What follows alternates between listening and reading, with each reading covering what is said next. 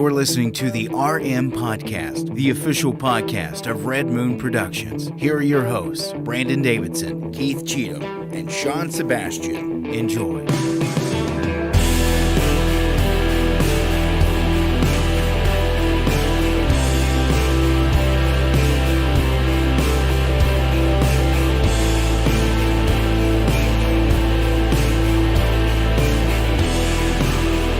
Hello and welcome to yet again another episode of the Red Moon Podcast, live every single Tuesday night, right here on all your favorite social media networks. We've got Christmas, everybody! That's right, Thanksgiving is this week. Happy Thanksgiving out there to everyone. I'm one of your hosts, Brandon Davidson, alongside our normal new host, Sean Sebastian, and... Gunther, I see Klaus has crawled out of the Klaus hole. she's back. It's not even Thanksgiving yet. She inches closer every year. Our turkey hasn't even grown cold, and here's Klaus crawling out of the Klaus hole to suck the souls of children. It's like, my God, let the bird be killed first before you come out killing. No. Biden pardoned the turkey. So. Yeah, it's done. Yeah. It's done. That's when Klaus comes. So innocent children may die before Black Friday, before they can go to the cells and get their toys and games. That's it. They're going to call it Red Friday this year. Blood Red Friday. Because of Klaus stealing the souls Klaus. of all the children. Her candle's not lit yet. It only lights when the souls It have been lights when taken. the souls have been absorbed into her being. That's right. That's right. She's back for another year. Claim more victims every year. More children are lost. And the FBI does nothing but turn the cheek. Turn the other cheek. Thousands every year. In America alone. The Klauses have claimed victim. They've had so many warnings, but they just didn't do anything about it. They've got other things to worry That's about. right. Yeah. They've got other problems. Klaus is not one of them. Nope. But that's you're right, Keith. You're right. Before the turkey is done, It's not even grown Klaus is cold. It's back. not even been cooked It's not yet. even in the oven, man. Man, Nope, not even yet. And she's getting ready. that's okay. I've been decorating my house too. Just picking nuts out of my teeth right now. I've been picking nuts out of my teeth too, and I don't feel like we need to explain that any further. No. Nope. That's all you need. I mean, A lot of nut in my mouth right now. yep, that's it. A lot of. I don't have any nutmeg. Y'all like nutmeg? It's in small amounts in baking. I mean, it just depends. I'm not a big nutmeg fan. I mean, I'm not. I Even knew the a girl overpower once. thing. Yeah. Overpowering. Named Nutmeg. oh yeah. Yeah. Oh, we don't need to go any further on I that. feel like I feel like this podcast is edging very was- close there's towards another explicit. thing. There's another. I just feel like there's things that have nutmeg in it around this time of the year. Yeah, lots of But stuff around this time of the year. eggnog Yeah. too. I'm not a fan of eggnog. I like eggnog. Really? It has to be homemade. I can't do store bought because it tastes like garbage. How do you make it? Yeah, that I don't either. I You don't know use how you do it bourbon either. and like Oh, like yeah. it's good. It's good when it's home. Maybe I'll get a homemade batch and let y'all try it. Maybe you'll like that instead of the store bought. I'd be willing to try. Why not? You gotta get a good bourbon. Don't use like Evan Williams because then you're gonna have garbage taste. That's the problem. Is that A lot of crap bourbon is used. Foam coming well, you out can of- get non-alcoholic eggnog like in like a milk jug at the store. That tastes like garbage too. It's like peeking up at me. What? Foam. The foam. Oh, it's trying to come out. You got that? We got beers. I'm doing the pumpkin barrel this week because I missed that out was last what week. Sean and I had last week. Sean the is cigar was drinking, too strong last week. I couldn't do beer, but but this Oh, that's week, really good. really? Oh, yeah. Keith's like, I don't know. Maybe I can do. here's two. the thing. I didn't do a cigar this week. I smoked my pipe. And I gotta try it. I I haven't don't even have. tried it. I don't Yeah. have to work tomorrow either. So I'm like, I Either don't that know. or either maybe it's flat.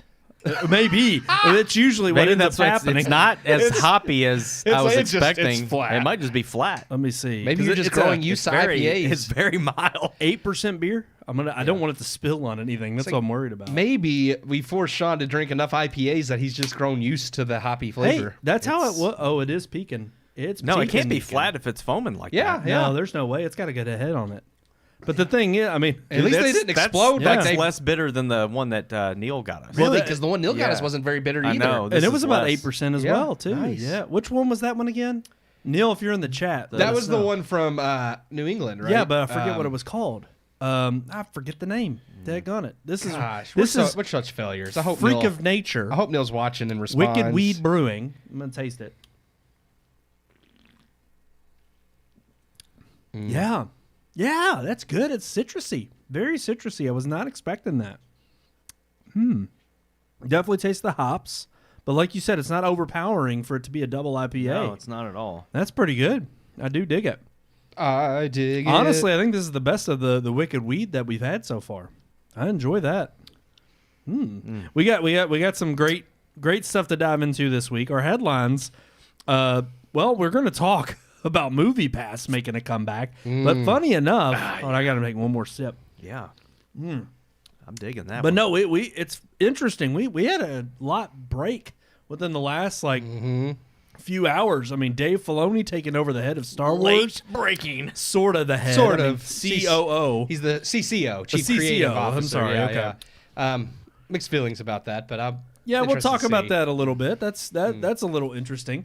We've also got that Scream 7 is going to have a little bit of a shakeup. Samantha Carpenter or Sam Carpenter. Well, that's the character's name. That's the character's name. The actress. You're right. Something Barrera, I believe. Yeah. Yeah. I have to pull that back up. And tell me her full name. But she is out for making apparently pro-Palestinian, You're not allowed to have pro-Hamas remarks. You're not allowed to have opinions anymore. I was get into gonna that say- more. We'll get into that more. No. I mean, we can get into it now because these weren't really Okay. headlines. Yeah. I just because what I mean, she there's not much to said. talk about other than the few opinions we What have. she really. said, I didn't take as pro-Hamas as much as her saying, "Hey, there's innocent Palestinians too being killed." Which is true. There are. I mean, took there's it innocence as- on both sides. It was definitely pro-Palestinian. I want to read the quote, Yeah. although that may cancel us. Maybe we shouldn't. Melissa. Yeah, Barrera. we are on YouTube. Melissa Barrera. gotta I have watch it pulled that. up. Let me see if I can find her actual. Because quote. here's the thing. Look, I'll speak this way. I don't agree with her comments, but I also, Screen Rant do that. of course, they do. Their I mean, Screen Rant's they put terrible. it out, but they don't put a link to the Yeah, they don't have a article quote. or nothing. Well, no, I actually found another one that is better. Well, if you click the picture, because that's how X is now. They don't have a link. It's the picture. Yep. Oh, Yeah. okay. Yeah. But the thing is, But they don't have her quote in here that I can see. the quote is not in that article, not in the Screen Rant. Okay, one. I'll have to actually find There's- her actual tweet then. You actually have to look it up on. I pulled it up on Safari. What's her name again? Melissa Barrera. There it is, Melissa Barrera. The quote. Oh goodness! Now their articles have changed. Because now I'm trying to look at Deadline, and Deadline does not have her original. Well, if y'all can find that, but basically, Oh, okay, I got it. you got Yeah, it. Yeah. Okay. At least what they've summarized it as. I'm trying to see if I can actually find the full quote. Yeah, I want you to find the full one. I don't want it summarized because otherwise it's just kind of like you don't know if it's ad hominem or not. But no, I look. Oh, it's pretty long. Yeah. Is it? Yeah. The part I read was not. The one I read was actually fairly short. She's got several of them. So And that's the only thing I can think. Real quick, I just want to let me get my opinion out. I don't agree with what she said, but I also, it is one of those things where we're very much beckoning on the side of you can't even look. You're not free from making comments and then being suffering the consequences of those comments. I mean, Right. the fact is you are a public figure. I mean, this is exactly what has gotten Rachel Ziegler in hot water. And lo and behold, she happens to be a part of the movie we're reviewing tonight of, Songbirds and Snakes. And the thing is, I do think it's interesting that this quickly has happened, that she's ousted out of this project, especially a franchise that they're not only trying to reboot and rebrand. Well, she's and the they have lead. She's the lead. and they have a pretty it's not really a cliffhanger, but the way the last one ends is built. You could tell it's clearly building up to something with her. Right. And so with her not being a part of the film anymore, look, yeah, you are at the end of the day, you're beholden to, your bosses and the people above you. And clearly there's someone who took what she said into account in terms of it being pro-Hamas. Yep. And look, I'm not. I think that's if you only take that one though, because all the other stuff she posts, she's both I'm reading this because they have more in depth. I want to read some of it because I feel like Go they're ahead. taking the one. Well, they have this one here. This the one I think you've read. It says, "I too come from a colonized country." This was on an Instagram post. "Palestine will be free. They tried to bury us. They didn't know we were seeds." And I think that's the one she was fired over. But she also has other ones talking about the Jews being innocent. Okay, I love my Jewish friends. I stand with you in these horrible times. I empathize with your fear and pain. No one deserves to be persecuted or attacked. I know that a lot of Jewish people are not okay with what the government of Israel is doing. So she's kind of She's playing both sides. Yes. But she's clearly sticking with pro-Palestinian. She is very much pro-Palestine, but she is saying she is trying to convey that there are innocents on both sides. I think she is saying the Palestinians are more victims, more so than the Jewish people. Right. Which again, like you said, I'm not saying I agree with that. But again, well, look, I would have to take the same stance that I think it's ridiculous that everybody has been throwing crap at Elon Musk this past week. Yeah. And even Ben Shapiro, who has been an ardent defender of Israel and has come out. Yeah, he's defended.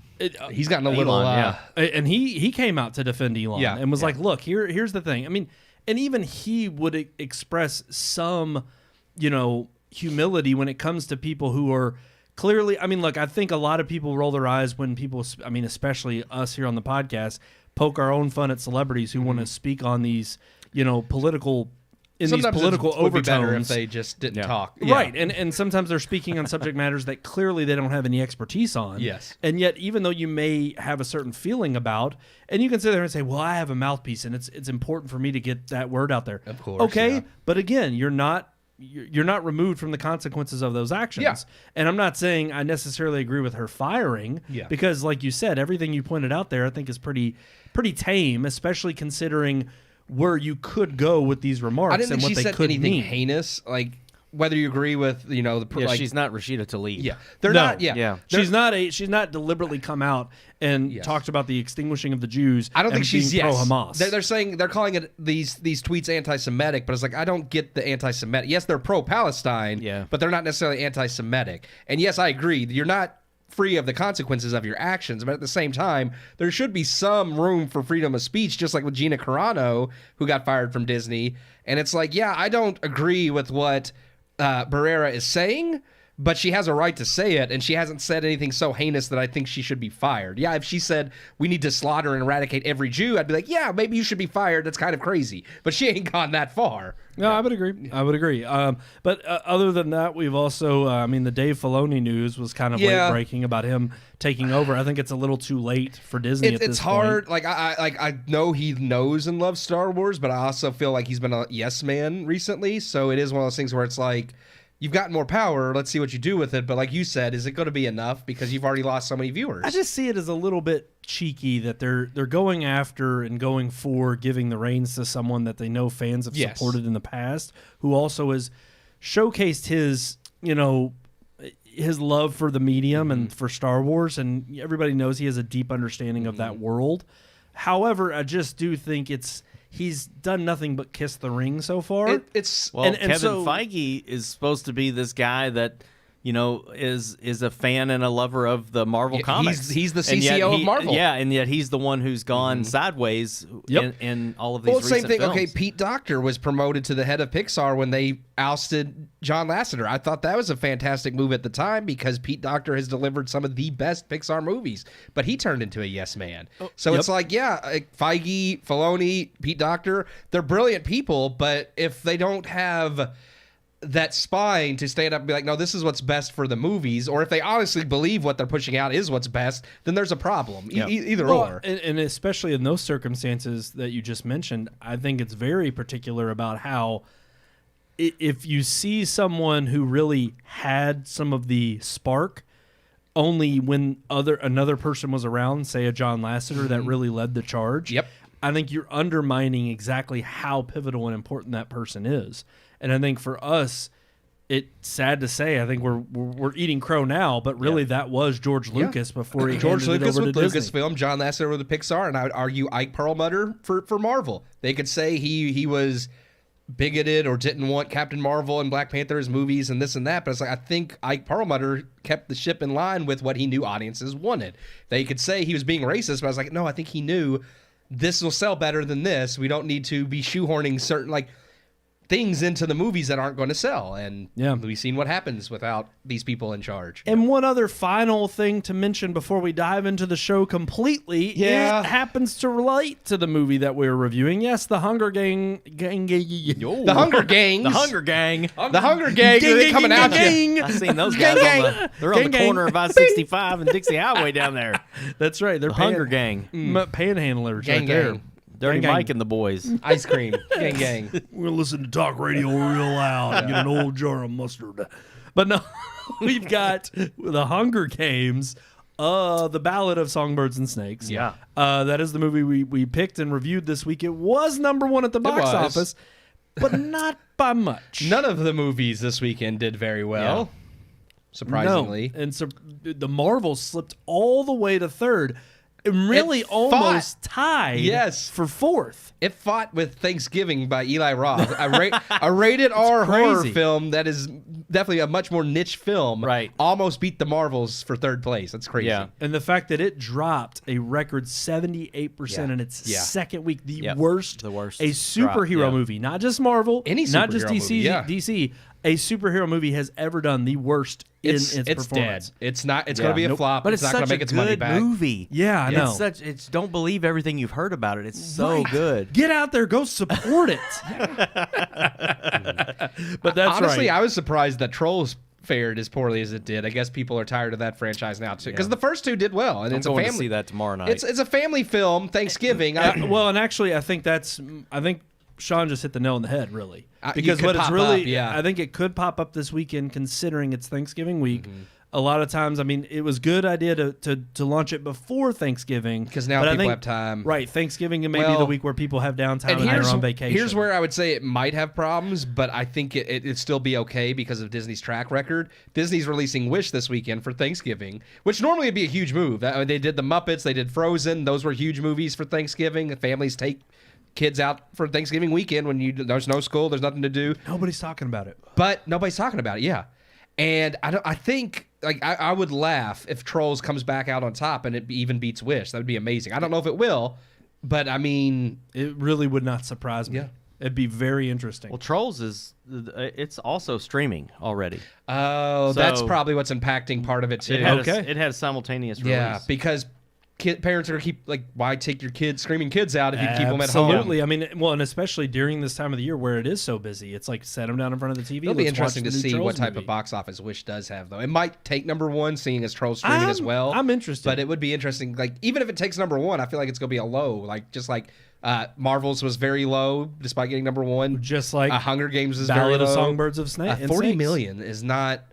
For this series, for this franchise, for Hunger Games, It's not. the lowest. It's the lowest released. It's the lowest rated movie. We're about to get into the review. I didn't think it was as bad as what Well, they say. if but- anything, that is what is telling the most, is that this weekend going into Thanksgiving was the lowest rated week before Yeah. a Thanksgiving weekend. And considering that you had three major franchise films, Trolls, Hunger Games, and Marvels. Yeah. And even though those were the three Nobody that went to topped the see 'em. charts, all of them were extremely low when it came to the box I office think it numbers. shows you the interest isn't there anymore. A lot of people are blaming streaming still, saying, "Well, people would just rather stay home. No one's going to the theaters anymore." It's like, but that's not true because you still have billion-dollar movies. You still have Five Nights at Freddy's that launched Five on Nights at streaming Freddy was alongside huge. theaters. Barbie was huge. Mario was huge. Top Gun's huge. Spider-Man was huge. They act like, oh, no one's going to the movies anymore. But when you put out a movie people actually want to see, they're still cracking $1 billion.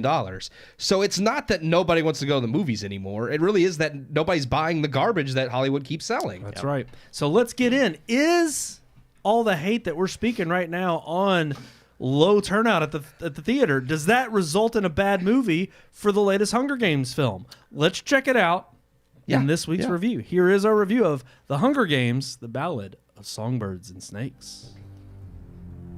I did fit.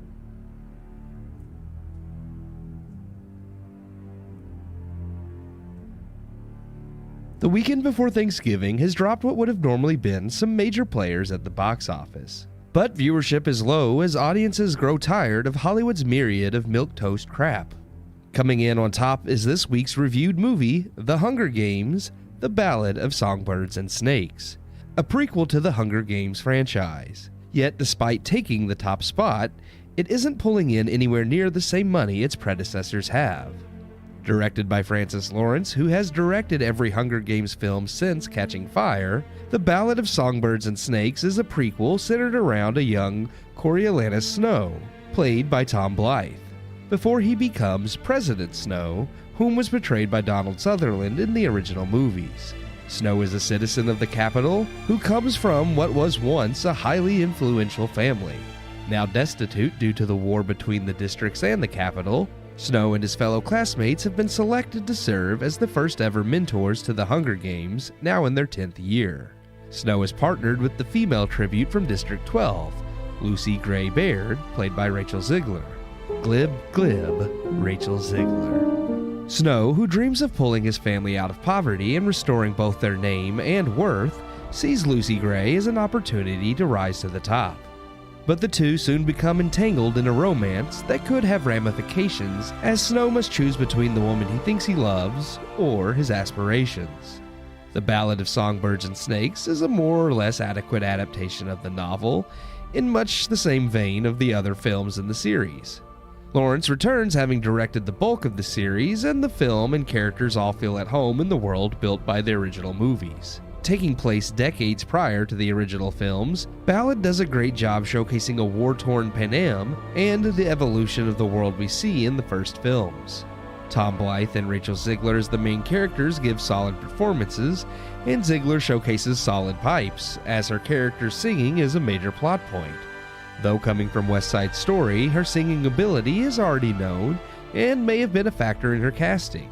While a fairly straightforward adaptation, the film does lack in areas that could have taken it from a competent adaptation to an epic film. The world, visuals, and acting, while solid, is as good as the film gets. Attention to detail is often lacking, with many points and moments of character development feeling glossed over. The movie is often guilty of telling rather than showing, and I feel the characters' depths and the story's themes suffer most. For a straightforward telling of the story from page to film, the movie serves its purpose, but little more, which begs the question, what is this movie for? Long after the popularity of the originals have waned, this movie doesn't dive into the nuances presented in the novels for neither its characters nor its themes. It's just more of what we've already seen from the franchise and competently made. But at this point, post-apocalyptic tales, dystopian governments, and even survival games have been done 1,000 ways. And Snow and Lucy Gray's story is a little more than Romeo and Juliet set in Pan Am. What sets the story apart are the characters and political themes at the heart of the books. And while the basic story is present on film, it's these nuances that make the characters intriguing and gives the story its significance that are sadly not present. As is, the movie will please most fans of the franchise, but won't find legs outside of that niche crowd. I give The Hunger Games, The Ballad of Songbirds and Snakes, 2.5 out of 4 stars. All right, so not terrible. Not terrible. Not terrible. I mean, and I'll be honest with you. I was pleasantly surprised. Going in, I was not expecting. I mean, it was a long movie, but I was bored in moments. Yes, like I mean, I know it was 2.5 hours long, but it felt longer than that. It had some pacing problems that entirely I blame on the director, because I feel like, just like I was talking about over Next Door about nuance and having poignancy. The problem isn't that you can't have slow moments. It's your job as writer and director to make those expositionary moments and slower moments engaging, like through the dialogue and the acting. And those moments are needed to help build the drama and the characters and growth in the film.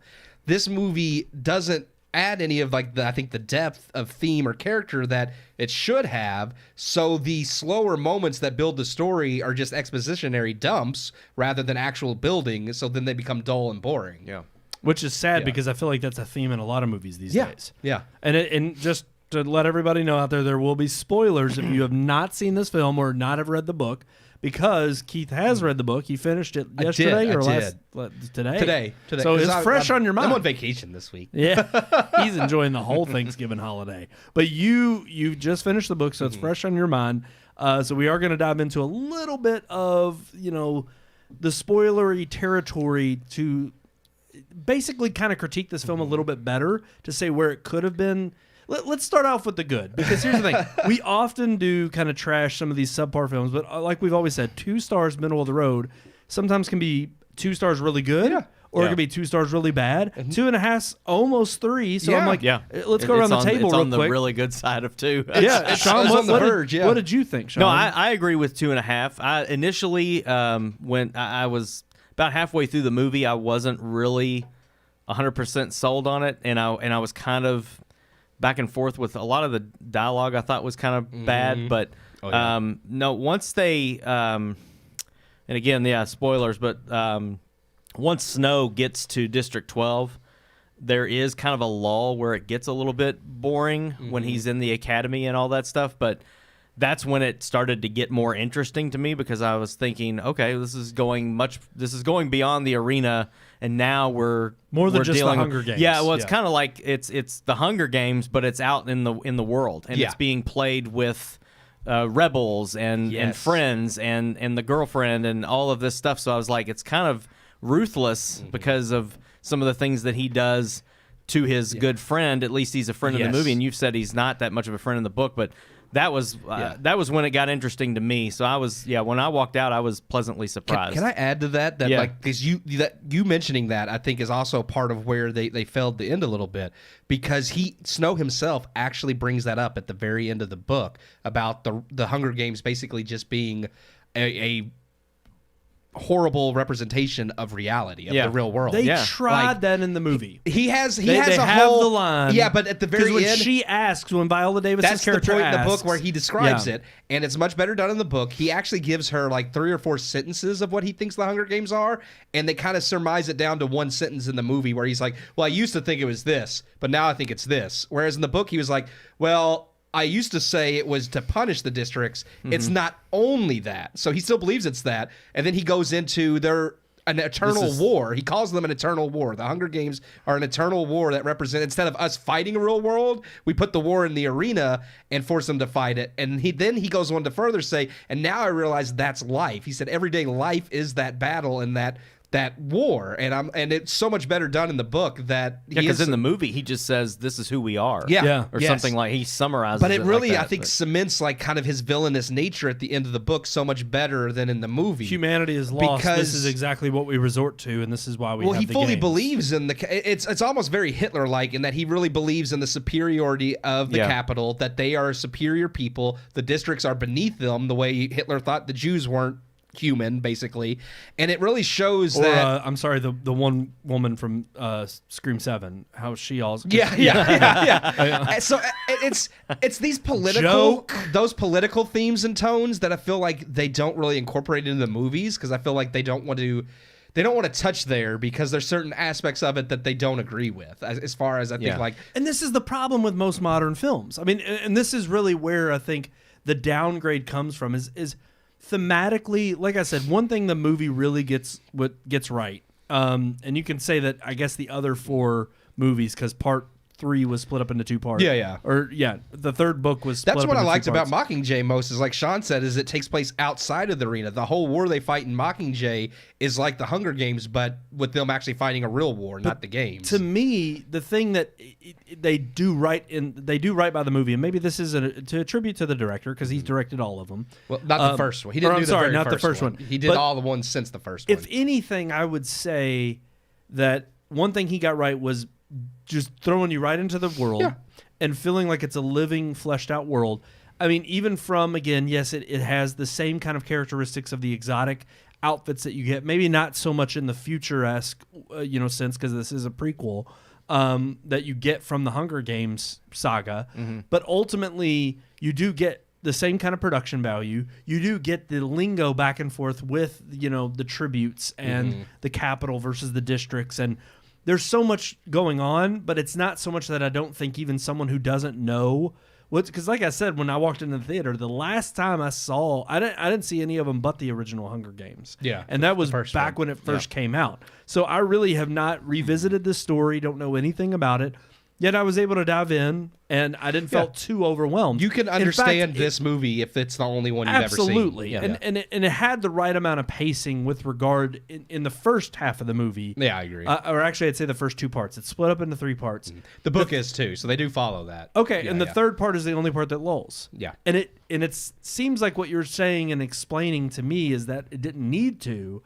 But unfortunately, because they decide to take some of the big picture-esque issues that the Hunger Games are known for and what they bring to the forefront with regard to their social commentary, and really what has lacked in the movies before is also lacking here. It seems like the emphasis that they're wanting to put on these important contextual issues is what the director is kind of forgetting to do, or at least.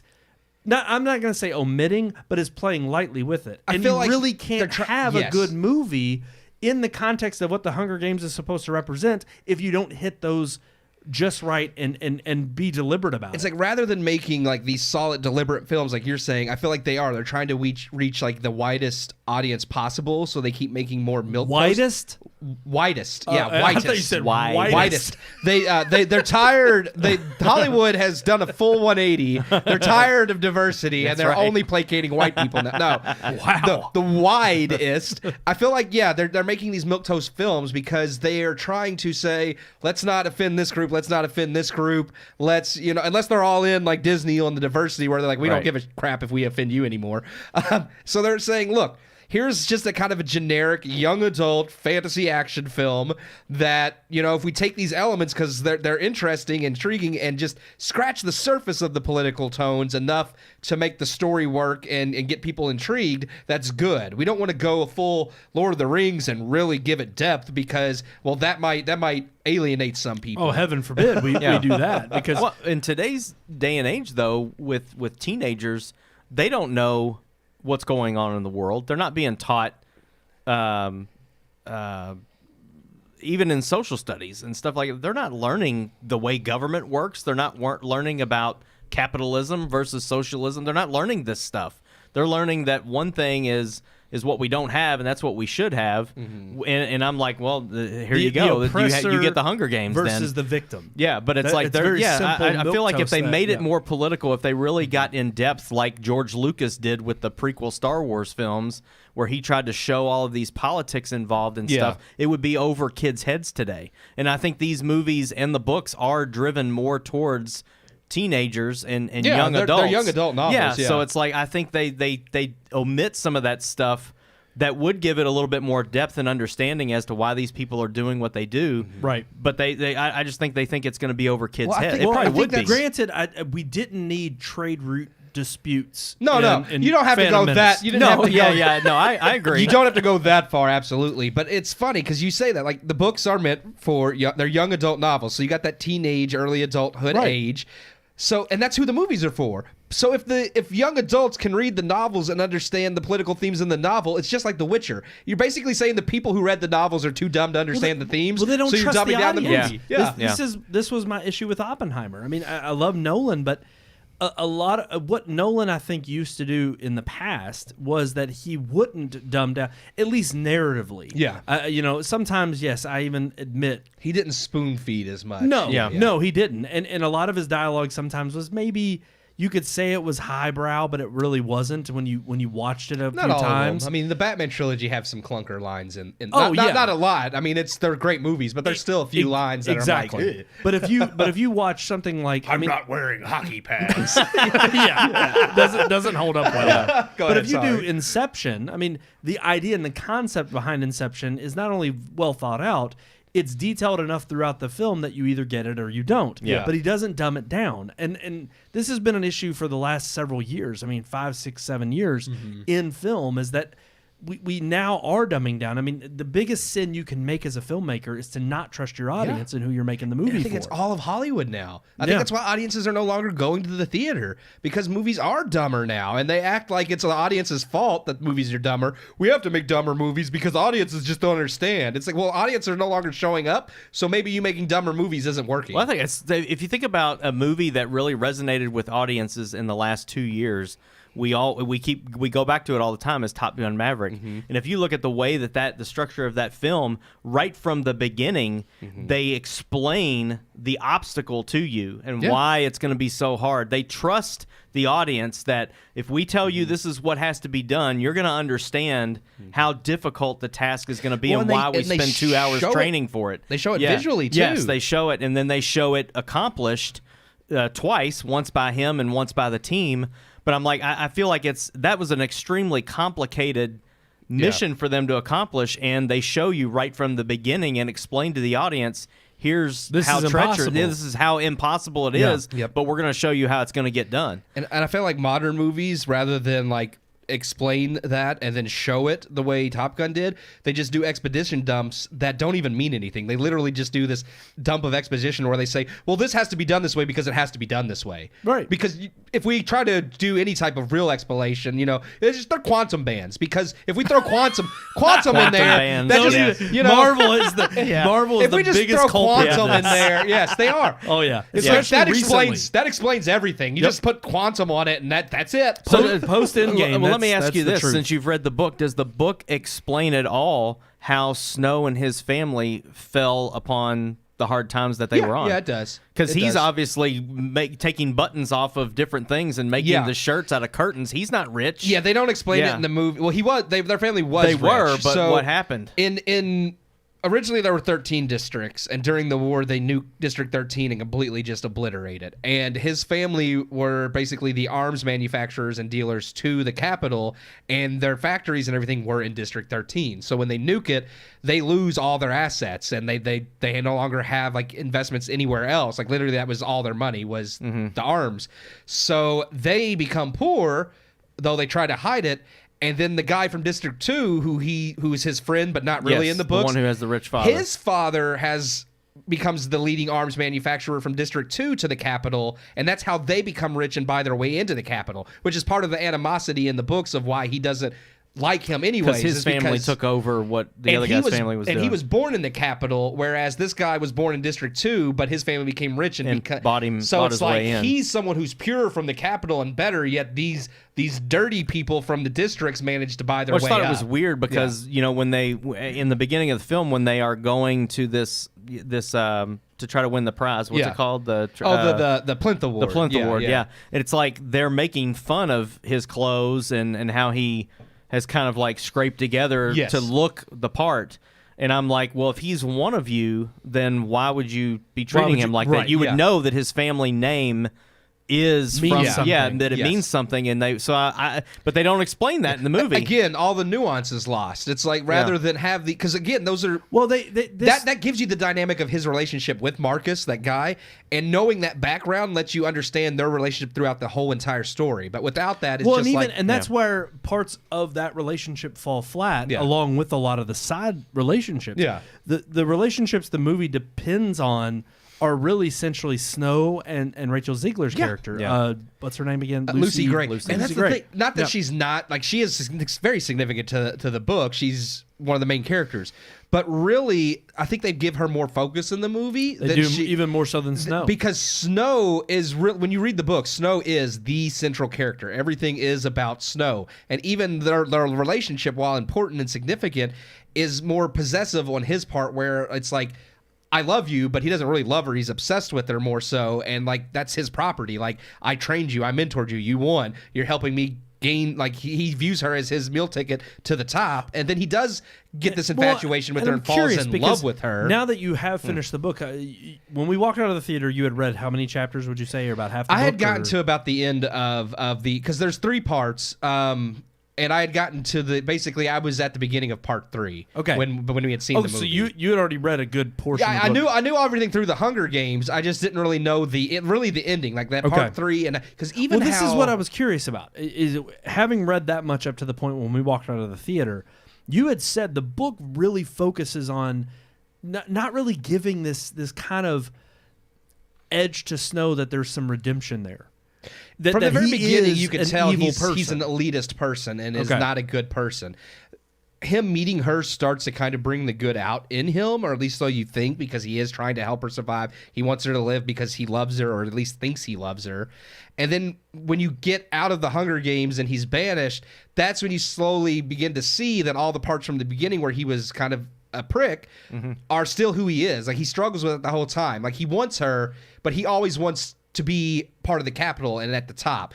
And it's those conflicts when you see every time there's a choice to be made, he chooses the capital. He chooses the capital over her. And in the movie, I don't think it's that clear. The dichotomy is really, I yearn for having the simpleton life, but I'm called to do greater things. Even in the capital, that's how they raise the conflict in the movie. Even how the betrayal and everything plays out is rearranged, and it makes much more sense in the book as far as like him like ratting out Marcus and Marcus getting like spoilers and Marcus being hanged, those actually happen out of like in different sequence in the book and the movie. He actually the plot of Marcus, like he finds out Marcus is trying to smuggle people north, and he walks in on that before their conversation where he copies him with the Jabberjay. And in the movie, it's reversed. So it makes more sense because he walks in on him, finds him with this guy with the guns, and they're talking about, you know, the smuggling and stuff.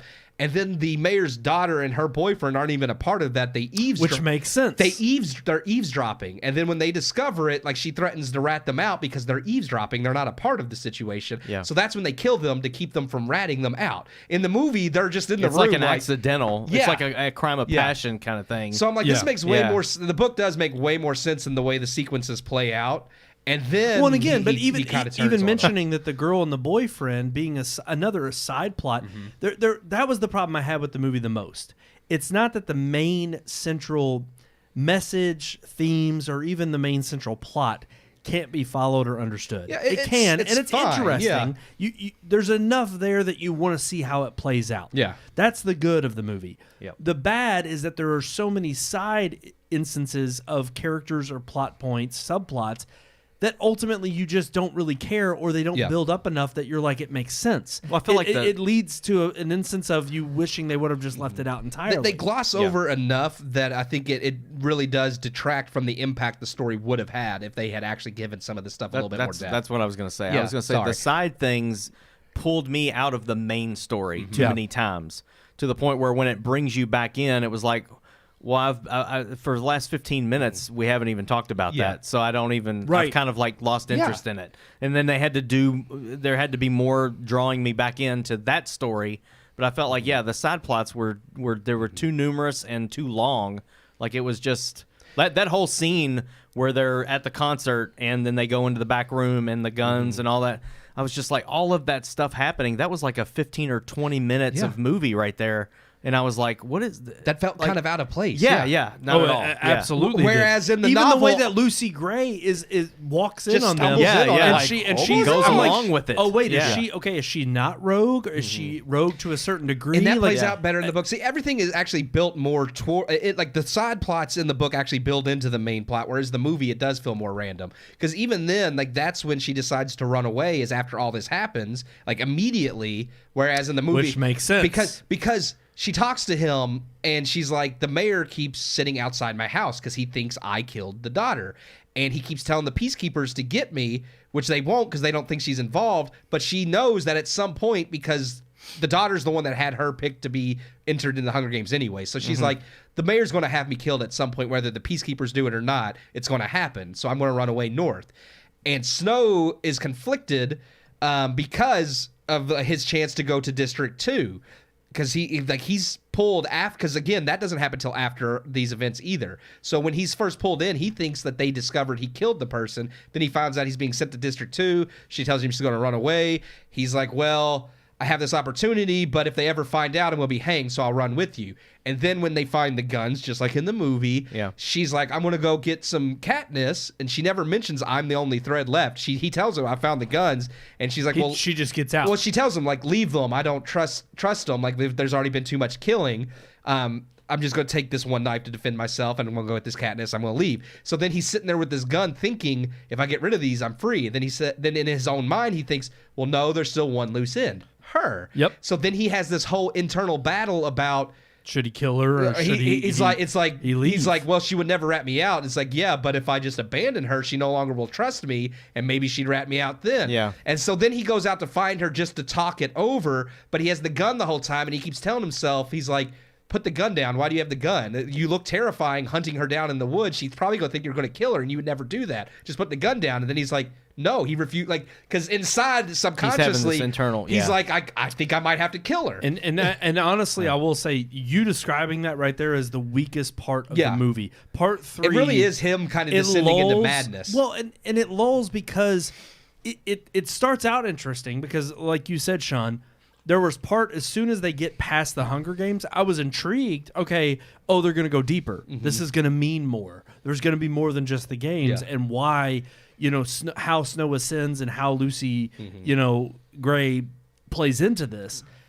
But I lost that immediately in the moment. Not in the instance of the first part of part 3, because it's him trying to. He goes back and rekindles the flame. He meets up with her. Yeah. You see that he has a loving side of him, and I'm like, oh, okay, this is interesting. I'm actually intrigued to see how their love affair and at plays that point, out. because he thinks he's lost everything, he just puts it all on. He's like, he puts his whole bet on Lucy, because at that point Lucy Gray. But that's where it falls down. Yeah. Where it falls apart is when he loses his mind. It could have been shot so much better in the sense that they could have done something more thematic and just way more richer on screen to convey the him losing his mind and going even insane. when he shoots in the book, like after he can't find her for so long, and then he finds her scarf and he picks it up and he gets bitten, and then he immediately, because he's already paranoid, assumes he's like, she put this here, she's trying to kill me now. I have to kill her because she's trying to kill me. And I got that from the film though. Yeah. I mean, I understand that there might be more depth, but that was one scene that I actually liked at the end of the film, was because I did feel like he was looking for an excuse to kill her. Yes. And the snake was the excuse. Yes. It's like, oh no, now it's her or me. And he gets told by the doctor later on, the doctor's like, well, the rain, because it was raining the whole time, and he's like, the rain brings them out. This is really not that uncommon that you might have like been going through the woods and gotten bit. But he's like convinced that like, no, she put this there because of her using the snakes throughout the movie or the book. He's like, she put this there, she's trying to kill me. Right. And then even her getting away and like it being ambiguous about what happened to her is better in the book, because like that haunts him the rest of his life. Like he knows that nothing she says can hurt him anymore, because at that point he gets back and Gaul's like, well, I already know everything you did. That's why I like you, and you're going to be my apprentice now. So there's no threat of her being able to rat him out and hurting him, but it haunts him not knowing what happened to her. And his whole life he's like, what might have been if I had made a different decision. But he's too in love with the capital. Does that play into the final line of the film, which it plays into the bigger theme of it's always what you love that hurts you most, and that does, because that's the cynical evilness of Snow, is that he truly believes that it wasn't him that was the problem. It was the fact that he let himself get vulnerable with this district girl, and he let her get to him mentally, and it made him weaker. But really, now that he's done with her, he's on the right path to being, president and the person that, because all of the horrible things in the later books that happened in the Hunger Games are things he invented. Like that was really cool too, is that seeing that genesis, and they do some of that in the movie where she's like, they do. But really, this genesis of the things that he creates to keep people more entertained is so sadistic, because the idea is, in the book, he doesn't mention in the movie, but in the books he tells her, it's like, no one in the districts are watching this.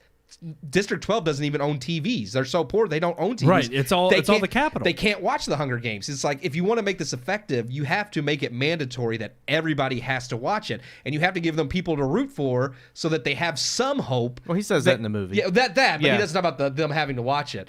And it's like, because it's like, if you give people hope and you could snatch it away, it makes the capital seem like we have all the power. Whatever hope you have, we have control of it. Well, that is explained by the scene with Viola Davis, and everybody starts cheering, or not cheering, but exclaiming that, yes, you have to end the Hunger Games. She won. You've got to give her, make her the victor.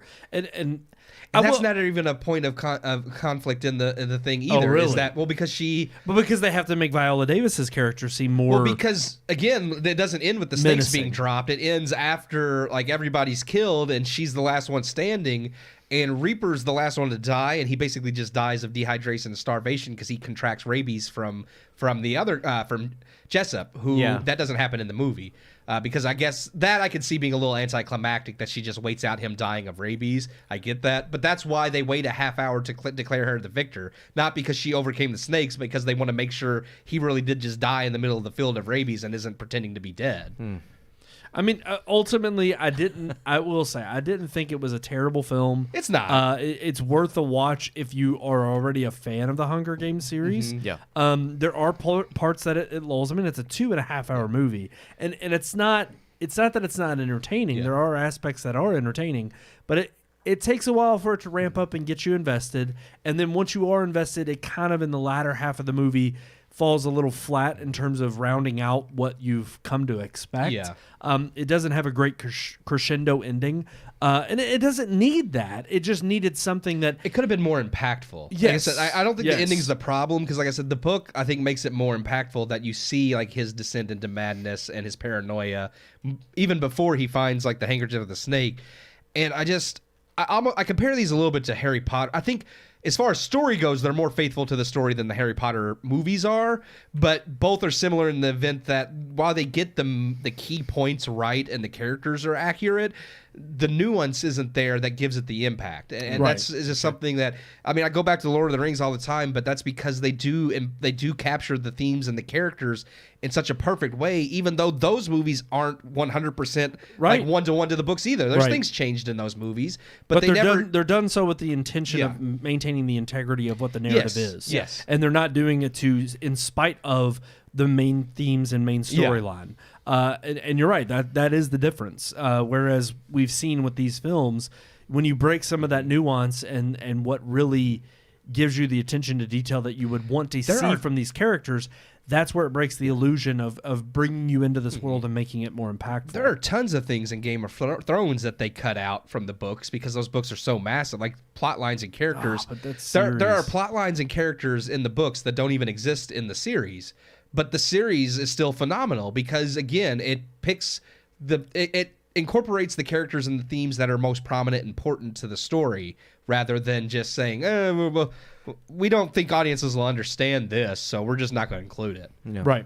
But no, definitely. I mean, if you're intrigued, if you are a fan of the series, go check it out. 2.5 out of 4 stars for The Hunger Games, The Ballad of Songbirds and Snakes. I think the fans will still unfortunate like thing is, which I don't know, fortunate you could say in another instance, because you did say it's a prequel. It does wrap up a narrative within this solo book. Yeah. The book itself is longer than is the longest of all the Hunger Games. It is books. because it's one solo story, whereas you're talking about a trilogy. So it is Right. the longest single book of And it's all split of up them. into 3 parts. That makes sense. And yeah, I mean, and honestly, I said walking out of the theater before I'd read part 3, really, that I almost wonder if they could have been done in 2 movies. I think 2 movies would have been too excessive, but if they'd maybe given it another 20 minutes and let some of the better parts breathe in a way that needed to, And let's be it would have honest. been probably fine. financially, it makes sense why they didn't do 2 movies. I think they somewhat had an inkling of understanding that this series, not that it couldn't make money. I mean, it was $100 million budget. Yeah. Obviously, they probably spent a little bit more on marketing, but it made back $100 million worldwide. It might do enough to be profitable, but it's not going to be a huge hit. No, it's definitely not a blockbuster Yeah. by any means. So I think they are at least looking at it as being successful in that sense. Yeah. But easily, it's okay. We're ready to put the Hunger Games to bed. Yeah. It looks Yeah. like there's nothing else left in this series, at least up to this point. I could even see them saying that even if another book came out that fleshed out, Snow's ascent even more, or even what happens to Lucy Gray, I could see them And you saying, may not, you don't it's really not need worth that. I feel like sometimes when you like even having a prequel to explain Snow, I thought might have been too much, but it was well done. It's like sometimes when you explain things too much, it just loses any intrigue. And I worry that one of the things that I kind of missed out on in the film was I kept waiting for more connection to the original trilogy. Yeah. And it's 4 actually, right? 4 movies. Yeah, it's 4 movies, 3 books. Yeah, Yeah. I kept looking for the connections.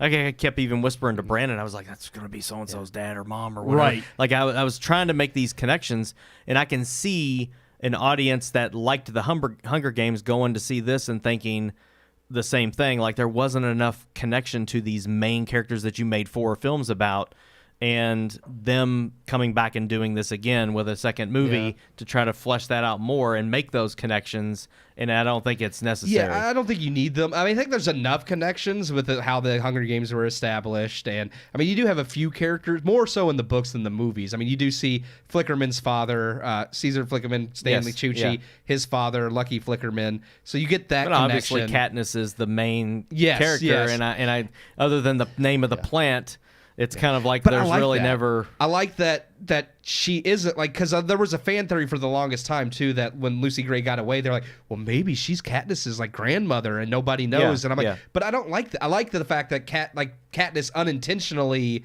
has this connection to Lucy Gray by choosing that song to be the anthem of the resistance. And I like the fact that she's really a nobody. She just embodies the same spirit Lucy did, and that's kind of like this force coming back to bite Snow in the ass that... Well, in the Capitol. The Capitol entirely. It's an uprising of thought and ideals that ultimately lead to the destruction of what is supposed to be the ultimate oppression. Yeah. And I agree. I think it's a nice thread of resistance through Lucy Gray's character into Katniss's. But at the same time, I also agree with Sean. It's like there are times where not necessarily certain ties back to the original. No, you do still want to see you some want to see a significance, little bit more, and I think that would have been great to see in the depth of the characters themselves to see a world fleshed out the way it was. Some of the characters, like one of the mentors, last name is Crane, and it's hinted that like his descendant is Seneca Crane, who was the game master in the first movie. You all had asked. I couldn't think of the actor's name. I looked it up. Wesley Bentley, who was Jamie in Yellowstone, was the game master in the first movie. Oh, okay. Yeah. Wow. Okay. And then Philip Seymour Hoffman was the game master. That's in the right. Right, yeah. He becomes it in the second movie, but then you find out that he's actually with the Resistance and he's a major part of it. Like they're well done. The stories are well done. The movies are. I like too in the original decently movie, Woody Harrelson is her mentor. Yes. And you in this film you see the beginning of the mentorship. Right. Yes, how that's and they Yeah. do, and even at the end of this they mention how they think it was a mistake to make the Capitol students mentors because in the other movies It's previous Hunger Games winners. previous winners Yeah. become the mentors. Yeah. He's actually the one who implements that because there's a little epilogue at the end about certain things that he creates, like the Victor's Village where the winners get nice houses to live in after they win. Like he created that idea because again, it's incentive to fight in the Hunger Games. Like, if you win, your family's set for life. So it incentivizes people to play them and to watch them. Yeah. Alrighty, guys, we've talked about the Hunger Yeah, we Games have. quite a Way bit. too long. Way too But, long. but again, Way this too long. is what happens when you dive in deeper, a little bit deeper than, especially a movie that. Yeah, I mean, it's not a bad movie. I'm not trying to bash it. No, not at all. But I think it shows someone who has learned it and has read the books, and I think to rightfully compare the movies to the books is only the right judgment call to make. And I think we've all agreed here that it's a good movie. It's not a great movie, but such as hey, if you have nothing else to watch or nothing else that seems to be entertaining, or if you are a fan of the Hunger Games, it is a movie. It's a worthwhile movie to go and check out. So it's not. It's not a blockbuster. It's not going to break any records, but it's okay. It's I a feel pretty like good it's kind of movie. the first movie in a while that we haven't like just completely been turned off totally on by right. because it's not really woke either. Like even with Rachel Zegler in it, she did a good job. Wow, I know, surprising. Like she was good. Yeah. Surprising. I If mean, she just shuts up and acts, she can do a if good Rachel job. Zegler was actually the girl from this movie, she'd be a much better human being.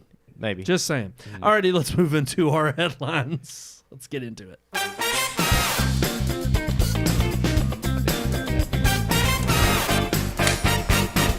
That's right. Can you hear me? Talking about.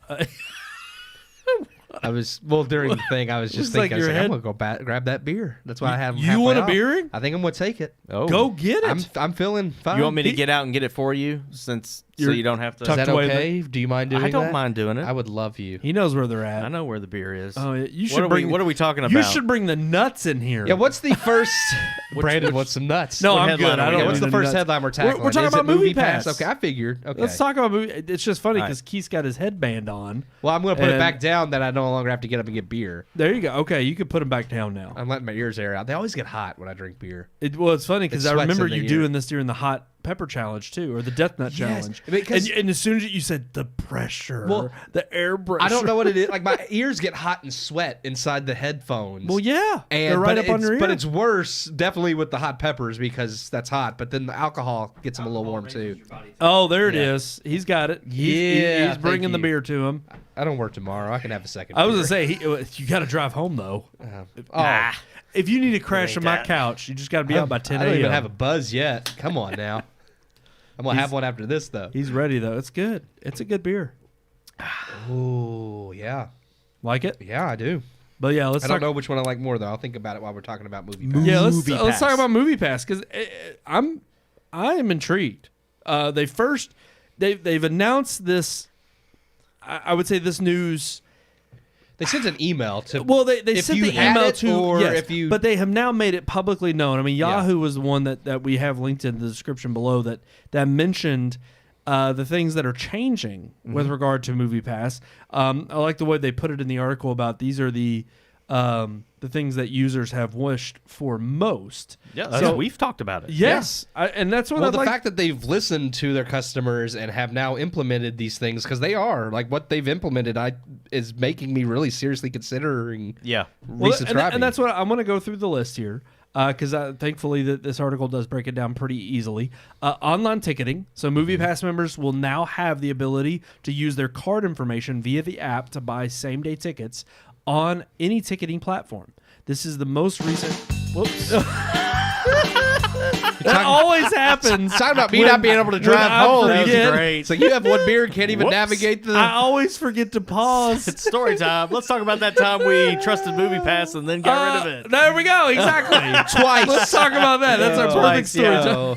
To be fair, the second time we got rid of it just because we couldn't afford both plans. I'm so torn about this, though. It's like, well, the only reason we got rid of it is because... There was no sense in paying for MoviePass and AMC yeah. subs, and AMC subs was still the better deal at the time. Yes. But now it's like online ticketing was one of the biggest things for me. Just being able to buy your ticket before you got to the movie theater. Actually, a few of these are. Yeah. A few of these. Well, all of them are, but I think that one was the one that concerned was. me most. The next one would have been premium formatting. Exactly. Yeah. I would say premium formatting, which we'll get to. But okay, the other thing, virtual card. I like that. The iconic MoviePass card is going virtual. There will be there will no longer be a physical card needed. Members can access their card information via the app and continue saving 30% more on movie tickets. That's a little throwaway line there. I love that 30% more. I'm like, okay, depending on the time or more. But buying more credits. This is a big one. Other than premium formats, I think this is also huge.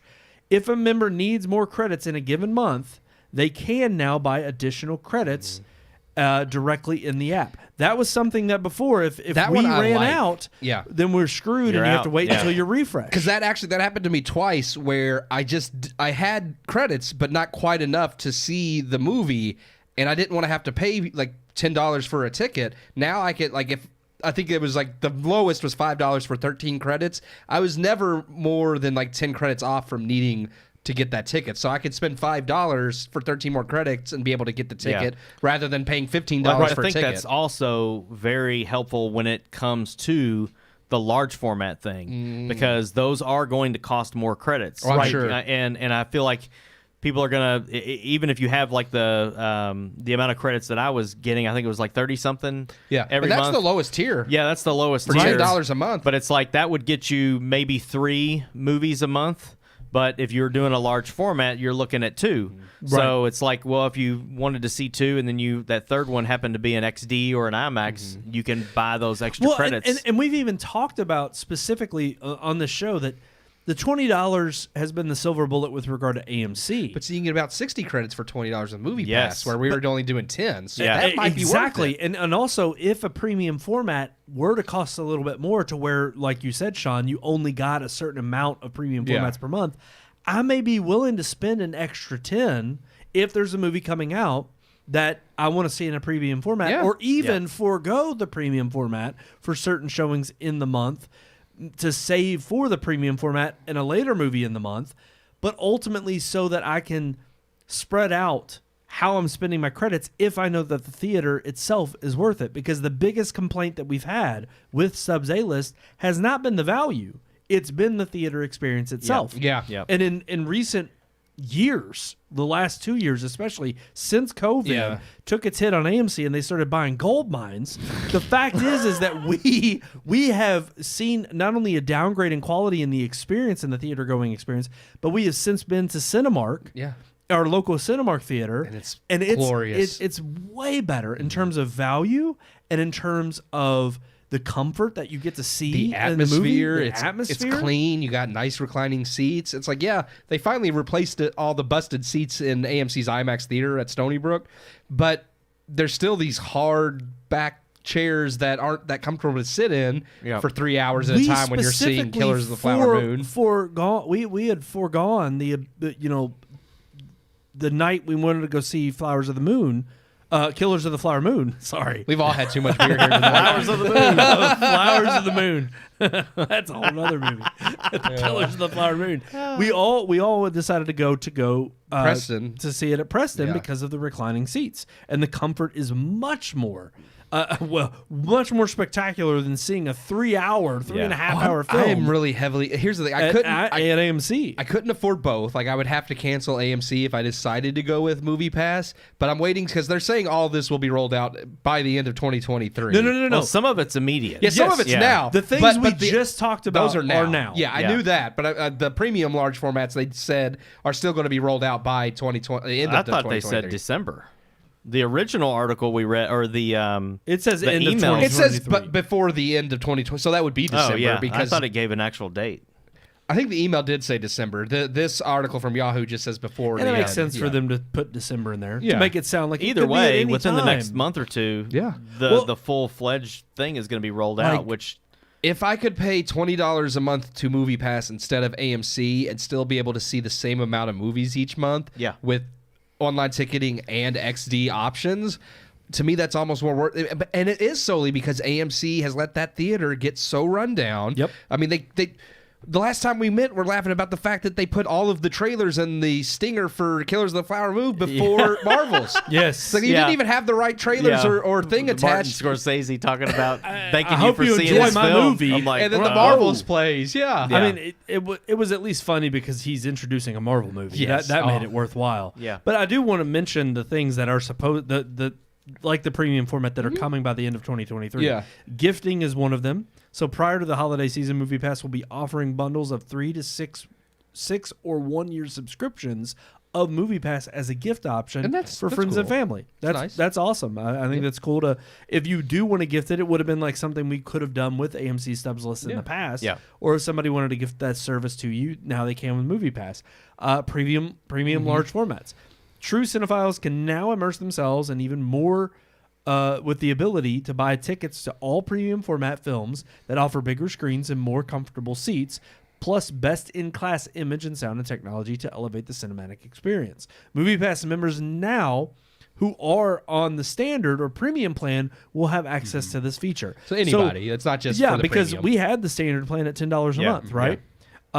You can do a friend referral. MoviePass is rolling out its Give a Month, Get a Month I like that, referral too. program. For a friend, for every friend that you bring to the MoviePass community, you'll receive a free month of MoviePass. That's awesome. Yeah, we should all just refer each other, and we'll each get a month There free. we go. There we go. I say we do it. Film reviews. The MoviePass community has unparalleled passion, and now we are giving them a platform to share their voice. So Red Moon may end up on the MoviePass website to give our own impressions that you can get every week here on the Red Moon podcast, every yeah. Tuesday night live. No, I think what they've added, and if the prices are the same, like obviously it's like they don't really have to change the prices because they can just make the premium format more credits. Well, and even still, one of the main arguments that I had in the past was that I'd even be willing to pay a $10 more premium.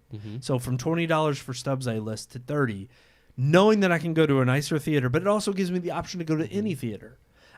That's been the one benefit that MoviePass had over Stubbs A-List. I wasn't tied in we to... could still go to AMC if Right. if for some reason we just have Yeah. to see something in IMAX, though XD's just as good. Absolutely. I'm wondering if they raised the amount of credits each movie is, because on their plan list, I was pretty sure the basic, the $10 a month, it was 34 credits, but it was up to 3 movies a month. Yes. And now it's only up to 2.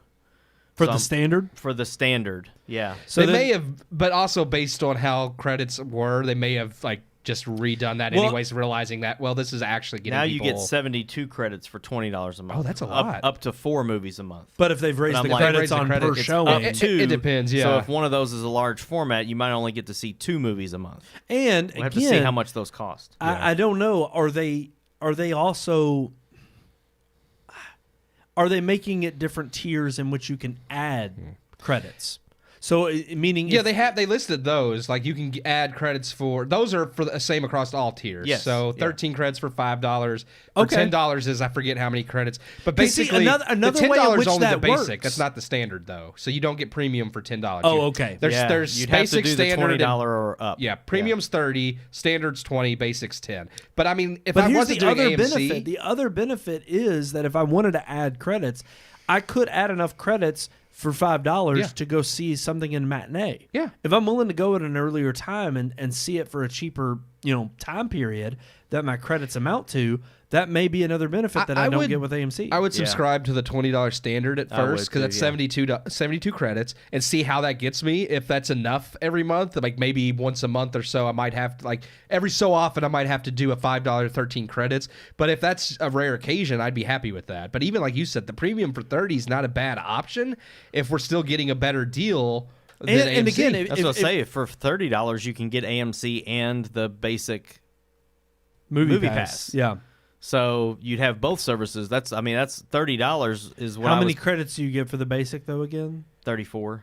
and how many have they upped the showings for? You said they. I don't know. He don't know. He just wonders. It used to be 3 movies a month. Now it says 2. But the standard 20 says up to 4, and that's all we would need anyways is about 4 movies a month. That's perfect. Now, premium says you can get up to 6 movies. So, and again, this kind of depends on what the premium formatting is. Yeah. How but much is the premium per month? 30. It's 30. But the fact You get that 113 credits. and I was going to so- say, and the fact that you could almost include the possibility of seeing a premium format, whether it's XD or whether, because that was another thing. But you can do that with the standard 20 as well. Right, It you just could. depends on how many credits. But it costs. one thing that irked me when we had just the regular MoviePass and we were trying it out, there were times where we were willing to go see a better showtime, because that's been another instance. The showtimes at AMC have gotten way worse since awful. COVID, and they have way more showings available at better times that are for us and match our schedules at Cinemark, but they were sometimes often in XD. And I was like, well, I'd be willing to go see it in XD. I'm not going to pay that price if I'm still paying for Stubbs A-List. Yeah. But if I can, if I can latch on or tap into these credits and buy a premium format for a better showtime, whether it's in regular showing or XD, It's but the fact perfect, that they now have an availability for XD or a premium format at a different theater, that changes the game. Cinemark starts showing movies earlier than AMC, and they show movies later. Like AMC doesn't show anything past 9 o'clock anymore. No. And they don't have anything prior to like 1 or 2 o'clock in the afternoon. No, there have been times where I've been willing. Oh, yeah. They have absolutely raised have they? the credits, because I'm logged into my account. Oh, okay. And for right now, for Napoleon, if we wanted to see that at Stony Brook, the 6:15 show that we're going At to on IMAX? Sunday, they just show one showing for 6:15, but it's 31 credits. Oh, that's normal. No, it's not. It used to be 13 or 15. Well, No, wait, is that a no. premium We- format? they went- No, this is not a premium format. That's for a regular 31, showtime? 31 credits is all your credits for the month. Yeah, but they did have 30 credits because they were like 15, 20, and like 30. Because I remember but for like brand new premium releases, they were like 30 I credits. didn't think they were ever that high. I think it always depended It depended on the showtime. it depended on the showtime because the different times had different credit I amounts. mean, the Are there cheapest one they any- got is 29, and that's one Oh, movie that's a month. different because they only did do like 15, 20, and 30. I was going to say 15 So 29 was, or 31 credits is I weird. don't ever Yeah. remember. I remember 34 credits was But here's getting the me thing. 2 to 3 So- movies so- a month. Yeah. But premium is $30, correct? And you get how many credits for premium? You get the 72. So that would be at 72 least credits? Yeah. That's it? I thought it was 100. Oh no, and for the something. $30 it's 113. So Sorry. 113 divide that. What is that divided by 30? Yeah. Well, I don't know. I'm terrible at math. I'm Well, just you got trying to- 90 for 3 movies. So Right. then I mean, So you're looking you at might be able to fit 4 in if you're not maxing out 30. You may have to spend $5 extra dollars, 31 credits is for the high demand evening tickets. and it may be because it's opening weekend. If it's Yeah, they have willing it. to They have it see- listed as high demand. Like Trolls 3, it does not have high demand listed on it, and those tickets are 18, 25, and 27. So if we went to Cinemark for like a later showing instead of the 6:15, I wonder if it would be cheaper. Because that's the thing. typically we're not going during prime time showings. We're wanting either the earlier or the later showings, and those tend to be cheaper, I feel like. Well, the evenings are more expensive by far. Yeah, 10 tickets more. But for I the figure like evening. late at night it may not be as expensive. Like definitely around the 6 or 7 Almost time like frame. the early, like Yeah, I not mean, just matinee, yeah. but you're talking like 10 or 11 a.m. Same Those would be regard cheap. there. Yeah, but I'm but- wondering if it's like 10 o'clock at night. I wonder if those would be cheaper too, because I don't feel like that's the a high demand Marvels either. at Stony Well, Brook. that's not high demand anyway. It's listed as high demand, but They're lying. at 9 p.m. it's 30 credits. Wow. Yeah, and that's in a standard theater. That's not premium. So format. yeah, I feel like you get less You're movies for looking- your credits, On but average, you're looking at about 3 movies guaranteed. Yeah. If you went premium. if you went premium, But then maybe. you also would have to pay probably another $5 to see another movie, to Mm-hmm. see 4. So you're talking about a $15 extra surcharge on top of the $20 we pay for Stubbs I think I would A-List. still start with the standard $20 a month just to see, but it would be hard if it's $30 because See, do they have that's- credit prices for? they did in the um, email. I don't remember if they No, did. no, no. But do they have it for XD?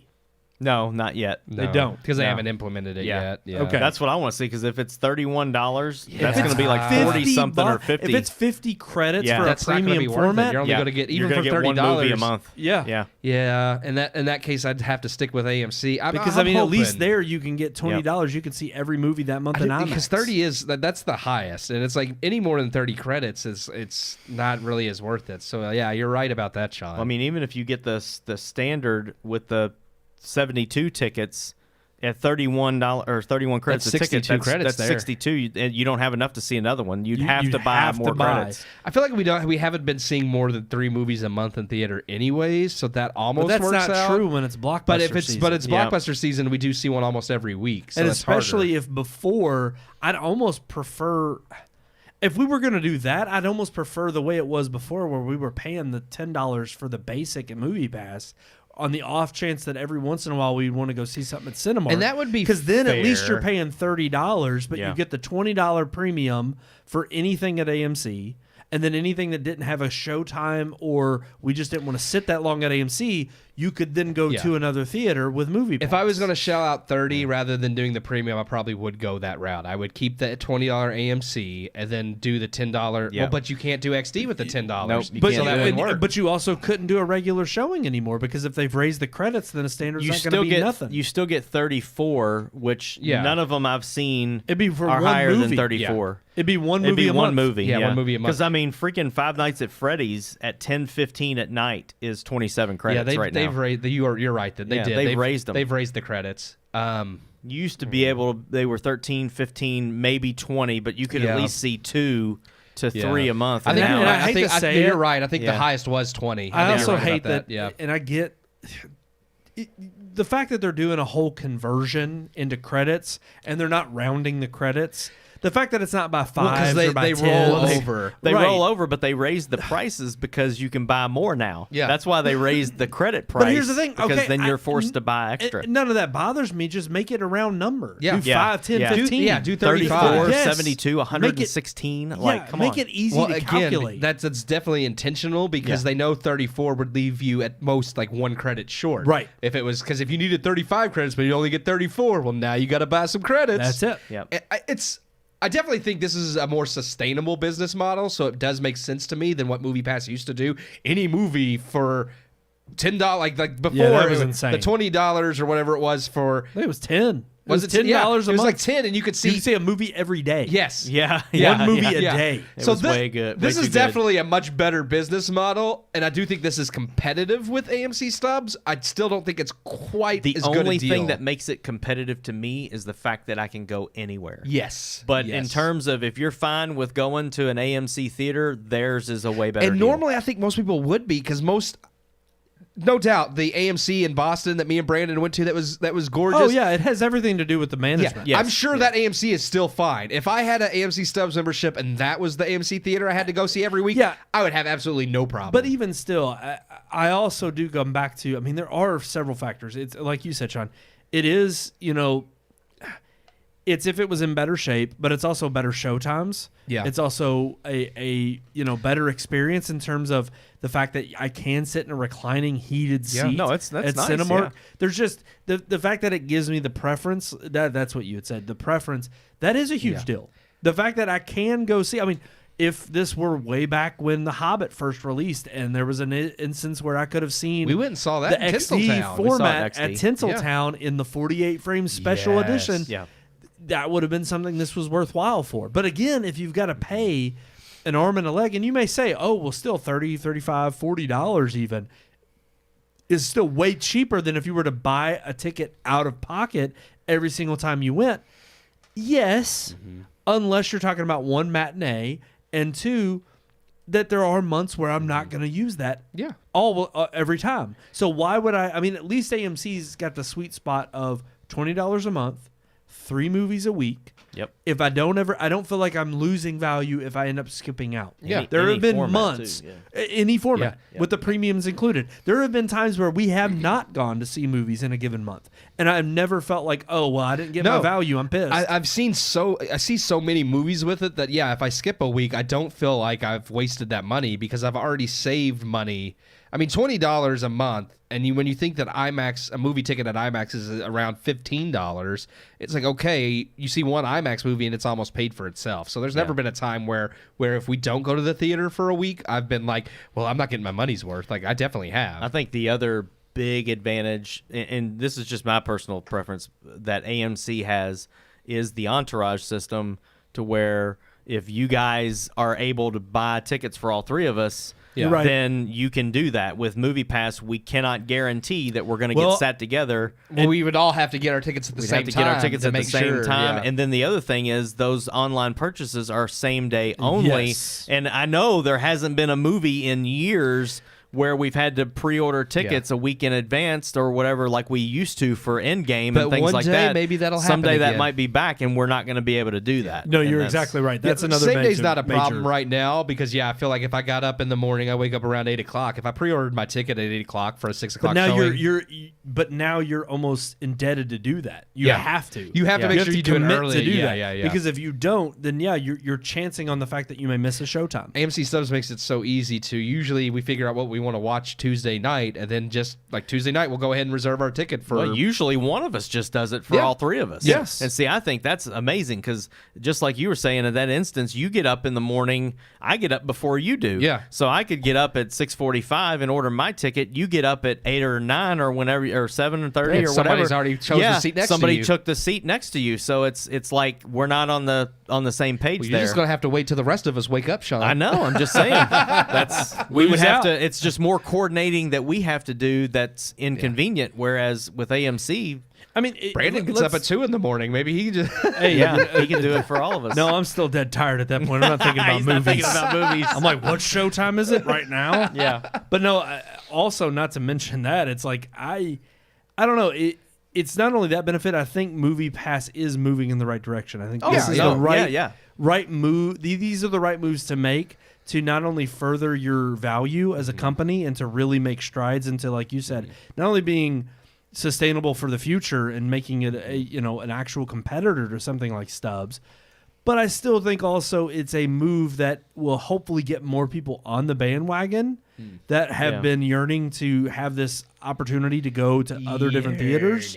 Because the other thing too is, yes, Stubbs A-List does work at the premium format in all the other. I think it's very specific. It works in most AMC or AMC locations, but there are certain ones in like New York and other, I forget what other heavy traffic cities, maybe Chicago.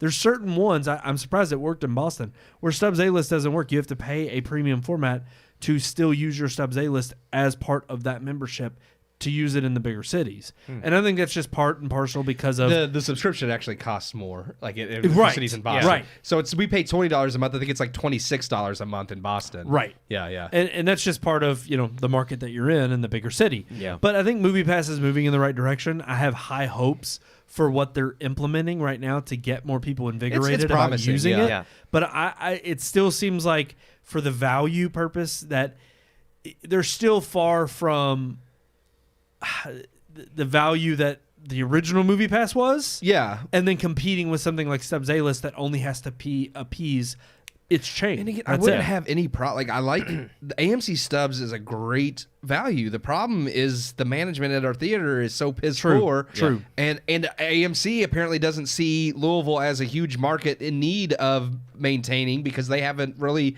done anything about it either. Yeah. Well, that's what's made me lose faith in whether or not it is truly viable of a long-term solution.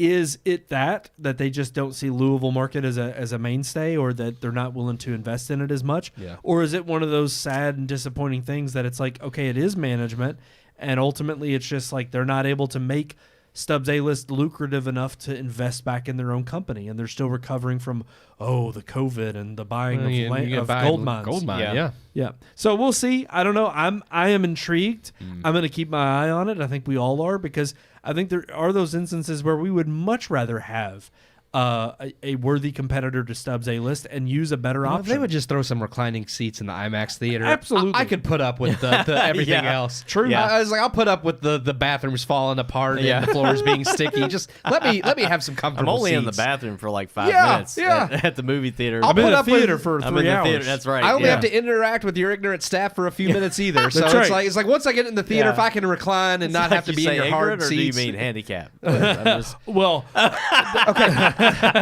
There's also times too where There's it's some like, that's not their fault, but the manager, he's just ignorant. no, yes, absolutely. I haven't seen him in forever. I don't know if he got canned. I don't but think have it's the not same manager. I have not seen him in a long time. not to mention, I just can't stand the fact that it's like sometimes I'm like, guys, I know you're trying to be nice and pleasant, but I've got a movie to see. Yeah. Like, let's check me out quick. I'm trying to get through this line. That's a problem too. Is like the staff they have now. It's not that They are incompetent. they're incompetent. They're Yeah, incompetent. yeah. But I was gonna say, it's not that they're rude or anything. Like I was trying to think of like it's not that they're abrasive or a bad experience. They are very polite and they are trying to help you. The problem is that They don't have any understanding that you're there for a reason. It's Yeah. not to chat with they them. want to chat. It's to see a movie. The lady scanned. I had I didn't get a ticket. I just had the thing. I bring up my QR code and she goes, "That's the way to do it." It's like, I know, it's so fast online. And then she proceeds to start talking to me about the concession stand. It's like, I just said it's so much faster online. And now you're and now you're holding me up, telling me you're if you slowing want- it down. She's like, if you want to come back out and get a Coke or something, you can. And I'm like, no, because I have one in my hoodie that you don't see right now. yeah. It's like, shut up and let me go see the movie. Yep. Alrighty, guys, let's move on to our final topic of the night, which happens to be our headlines. We're moving into Thanksgiving. Yeah, that story time open you heard earlier. Here it is. There we go. It's story time, where the podcast members tell their stories. What? I'm actually No, it shocked. is working I didn't this even week. open. I didn't even have it open. It's going this week. Well, it just I'm really upset that we are not talking about Jimmy Kimmel hosting The Office. I mean, isn't that The huge Office? news? The Office. wow. Yeah, I The didn't know Office. they were hosting. I've had hosting The I've had Office. 2 beers, okay? Dude, you are, and they're not light beers either. I'm good. One's 8%, one's 10. At least I'm not talking about the Hunger Gangs and Gang, gang, gang, gang, gang, gang. That's right. Well, let's talk about thankful Thanksgiving. I'm not thankful about Your Jimmy best- Kimmel hosting The Office. That's right. I wouldn't be either. Bring I Steve just- Carell back. Again, the beating the dead horse thing, I'm just like, good Lord. Like, They're going to go back with tried and true, even Yeah. though it hasn't really helped them. They saw one bump Yeah. the year after the okay, we slap. can get off this. I'm sorry. I wasn't really trying Yeah. to dive No, into that. I please. just think it's a terrible idea. We don't We've need said to our talk piece. about the Oscars any more than we cover it. It's awful. That we I just have to. wanted to let it be known he's hosting again, and it's dumb. Your All right. best Thanksgiving story. I cracked a walnut on my head once. I tried. It didn't work. Yikes. This is like we're just watching Kingpin, and now I'm just thinking of like Cousin Eddie, friggin' Randy Quaid. Quaid, thank you. It's just, I cracked a walnut on my head. Like, I could just see him delivering that line. Somewhere out there, there's a video of this. Yeah. Of And you my doing mom it? got mad because she was like, that'll hurt you. And I was like, I didn't know. I mean, my sister was right there. And Did it crack? No. It hurt. Cracked It his head. hurt really hard. Cracked his skull. That'll hurt you. It's like, yeah, I realize that now, Mom. Thanks. It left. I mean, Why I didn't you was say that young before? enough. I was like 11. I have a question. Yeah. When you all decorate for Christmas, did your family also always do that the week of Thanksgiving, right? They Actually, yes, it was the week before. Here's the thing. we always decorated the week before because we had everyone coming over Yeah, for Thanksgiving. But we also, I remember, it was a kind of tradition. They would always play The Wizard of Oz. Yeah. On, I guess, But ABC. it was like the week that Thanksgiving It was falls literally, on, right? it Like, was the weekend of before. Okay. So it was this past weekend. so the My Horsey story is technically a Thanksgiving story, right? No. The My Oh, that was taking them down, wasn't it? Yes. Okay. You've told it before on the podcast. I just love that story, though. Yeah. His dad smacked him in the head for being a whiny brat. I was being a little jerk. I was 11 then, and my sister and brother kept teasing They me. weren't. That They it was, weren't picking on him, but It was the chain that I was wearing around my neck, and it did. It looked like a little thug chain. Yeah. And it messed with my attitude. So I was being a little jerk. I know that you have some home videos. I think when you were getting into filming, you walked. I remember watching one where you were walking around talking to people with the camera. Or so. Yeah, actually, yes. I had taped. Yeah, my parents. I remember that. Yeah. Yes, they entrusted me with getting the, I guess, highlights of Thanksgiving evening with my family all coming over, and so I really took that to heart, and I was like, well, of course, I gotta liven up. I just and make remember it. Davey. Like I don't really remember anybody else, but I'm pretty sure I remember Davey being in it. So. Oh yeah, Davey. Yeah. Davey. It was my mom's side of the family that came over for Thanksgiving. My dad's side of the family we usually got with sometime during the holidays, but it wasn't It was between Thanksgiving and Christmas. My family's like funny stories, like not as walnut cracking, but I specifically remember more so of going to my grandmother's for Thanksgiving and all the things my uncles would do to terrorize us children.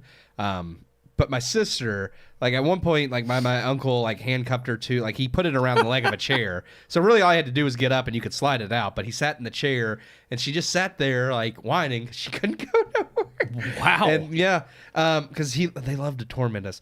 But the funniest Thanksgiving. yeah, That's what it's for. Well, that's my mom's brothers. But the funniest video, because we have all these home videos, and that's in one of the home videos. I might have to dig it out and show y'all. Please. But my sister, I'm the rotund one now. I'm a fat guy.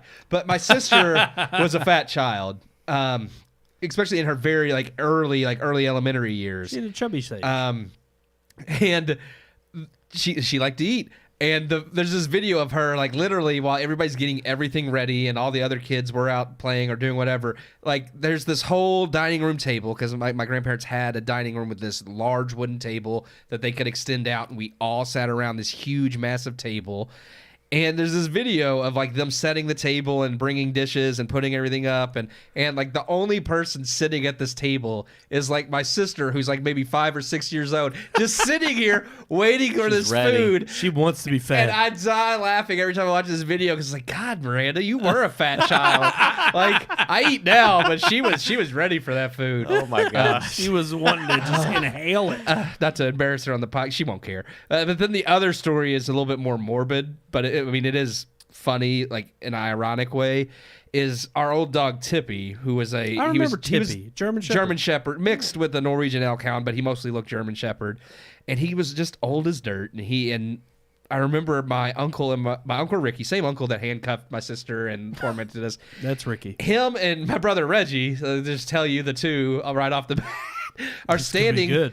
And I think David was involved too, but they're all standing at the back door looking out the door at this dog who has like this little kennel out there in a dog house. And I mean, he has this whole set, and he that's just how he was for years. This ain't gonna get sad, real sad. Is No, it? this dog was 16 years old. He was an old dog, and they look out there at him and they're like, that dog's not going to live much longer. It's like, that dog's not going to live much longer. And literally a week later, he died. Wow. So we're like, thanks for cursing our dog on Thanksgiving. Yeah.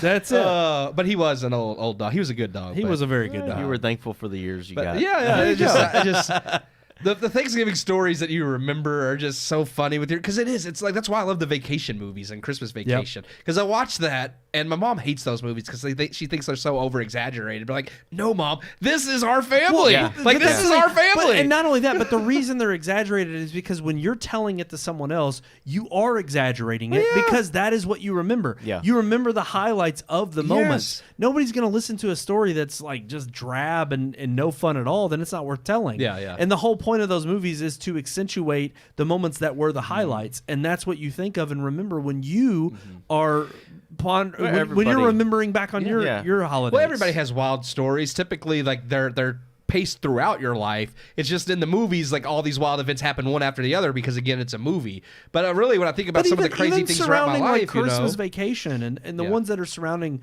singular holidays, it's like what makes them endearing is the fact that there's still the overarching themes that purvey throughout the story, and that ultimately the family coming together, and it's like this is just going to be a hell of a story to tell down the road, and that's kind of what you remember from your holidays that you experienced as a kid. What about you, Sean? The Thanksgivings that I remember are Thanksgivings that bad things happened. No, like that's I mean, just, it's terrible, but I'm pretty sure Neil might have to correct me on this, but I'm pretty sure it was Thanksgiving that we blew his eye out with a potato gun.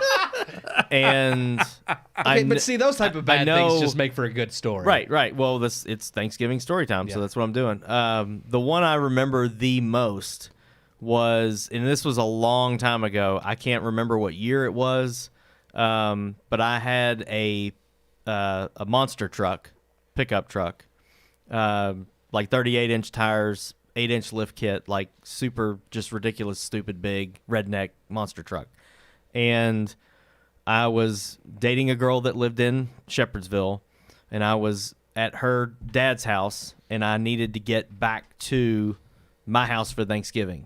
She was having hers with her family, and I was trying to I went there. Now I had to get back home. So I'm driving down Highway 44, and right after Knob Creek Gun Range, there was this big piece of property on the side of the road. There was a dirt path, and we used to always go down in there and go mudding and four-wheeling, like off-road in the truck and stuff. And I'm on my way back by myself and get this wild hair. It's like, hey, I'm driving by it. There ain't a lot of people out today, so there's no chance of me getting caught. I'm going to go down there and mud for a little, do some mudding, and show up with a mud-covered truck because I thought that was cool.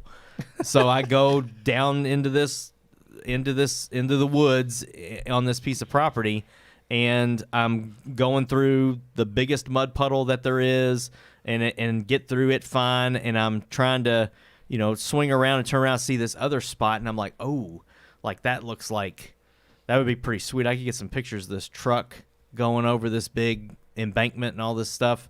And so I decided to do that. I got no winch on the truck. I've got no come along or pulley system with me this time, and I'm by myself.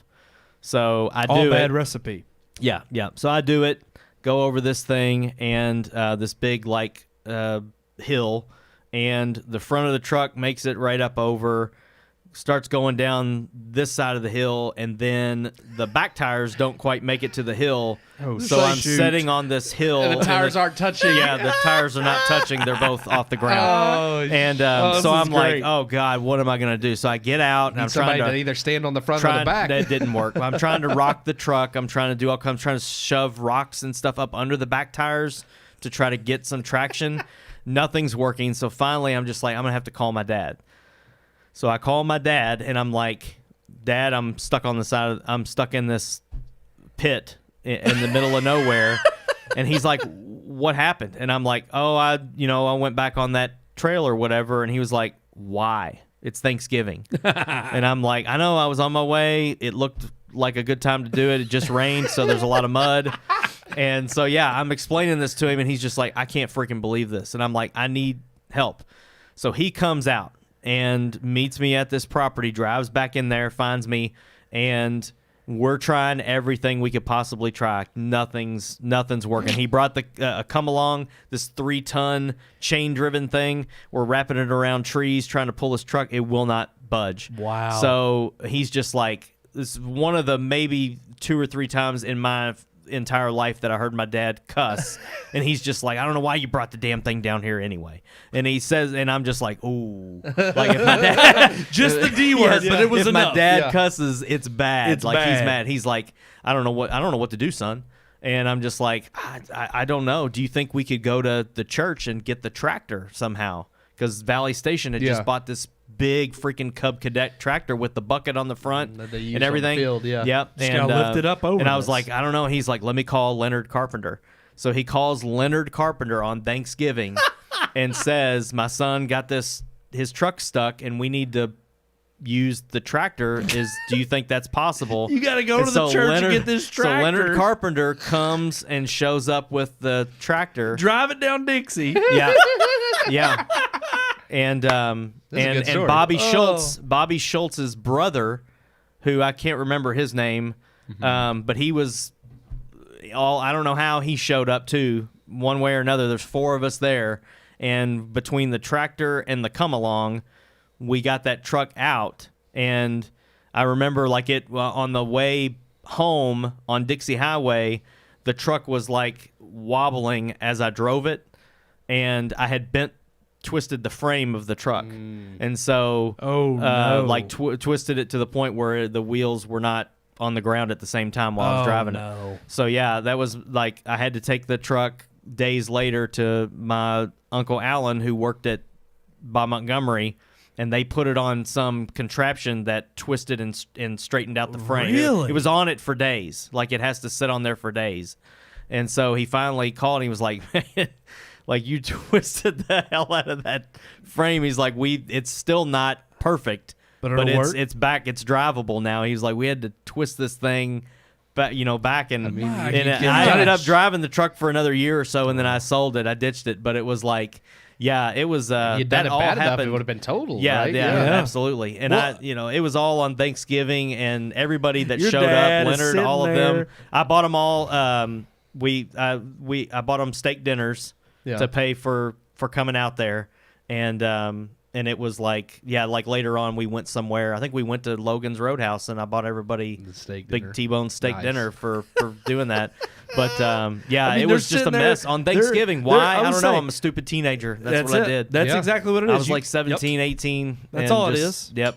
I mean, again, not quite Wasn't like thinking- cracking a walnut. But it's the under same your thing as me and Neil shooting his eye out with a potato gun. It's Well, here's like, the thing, here, because- that's not lighting. Look in the end of it and see what happens. You're fat, you're happy, you've just eaten a lot of turkey, He some hadn't eaten yet. stuffing, mashed potatoes. Yeah. Well, I didn't. You hadn't even had dinner yet. Yeah. You were heading there to get I had dinner at the girl's house. Oh, okay, And then I was on my way to my But you family hadn't had your Thanksgiving. real dinner yet. Yeah, no. That's the family dinner. Well, again, you're talking about hijinks in movies, but that's something straight out of like National Lampoons. Absolutely. Or That's I'll why Be I Home re- for that's- Christmas. That's why It's I like, remember it, because it was something like that. But that's the thing, when It's you are fat and happy, when you're sitting around and you're just enjoying good old family time, the first thing you think is, well, we got to do something. We're just sitting here. Yeah, there's nothing else to do. Either you're talking and you're talking about stories that, and this is what I did enjoy. I enjoyed Thanksgiving for sitting around with the family and hearing stories of their pastime and how they grew up. Yeah. And then there's other times where you look back and you're like, oh, well, I've got to create some memories of my own. Yeah. So, that's how you end when up. you're from Valley Station on Thanksgiving, you blow stuff up. That's what you do. Or you go mudding. That's it. That's right. That's how you do it. But we hope everybody out there has a wonderful and happy Thanksgiving. Thank you all so much for tuning in this evening. Thank you. Obviously, next week we're going to be still in the month of November, so we're not starting our Christmas movies just yet. But that'll be the week after.